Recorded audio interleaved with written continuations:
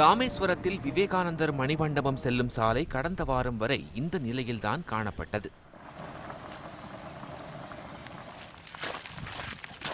இந்த சாலையை சீரமைக்கும் பணி கடந்த 6 மாதங்களுக்கு முன் 4 கோடி ரூபாய் செலவில் தொடங்கப்பட்டது. கற்கள் கொட்டப்பட்ட நிலையில் பாதியில் பணிகள் நிறுத்தப்பட்டன. இதனால் மக்கள் படும் அவதி குறித்து கடந்த 11ஆம் தேதி நமது ரிப்போர்ட்டர் 18 செய்தி தொகுப்பில் விரிவாக செய்தி வெளியிட்டிருந்தோம்.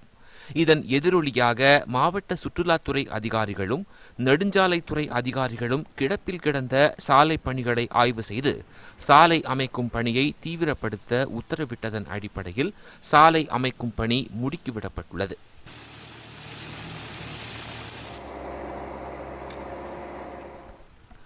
குண்டும் குழியுமாக இருந்த சாலையில் வாகனத்தில் பயணம் செய்வது மட்டுமல்லாமல் நடப்பதே சிரமமாக இருந்ததாகவும் சாலை சீரமைக்கும் பணி தொடங்கியது மகிழ்ச்சி அளிப்பதாகவும் நிம்மதி பெருமூச்சு விடுகிறார் வாகன ஓட்டியான பாரதி.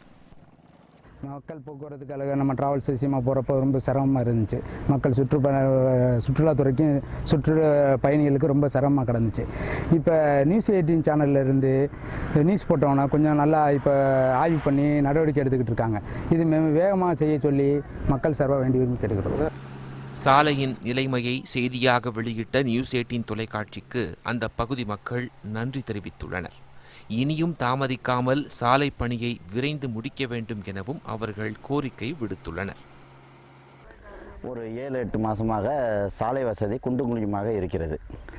அதாவது பஸ் வசதிகள் இல்லை, பஸ்ஸு தடை செய்யப்பட்டுள்ளது. மக்கள் சிரமத்துக்கு ஆளாகி உள்ளார்கள். நியூஸ் 18 நெட்வொர்க்கு நியூஸ் போட்டதுனால இன்று 3 நாட்களாக இந்த சாலையுடைய வேலைகள் தொடர்ந்து நடந்து கொண்டிருக்கிறது.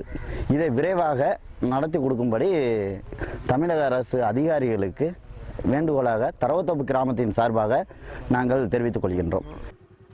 சுட்டிக்காட்டிய செய்திக்கு செவி சாய்த்து உடனடி நடவடிக்கை மேற்கொண்ட அதிகாரிகளுக்கு நியூஸ் 18 தொலைக்காட்சி சார்பில் நன்றி தெரிவித்துக் கொள்கிறோம்.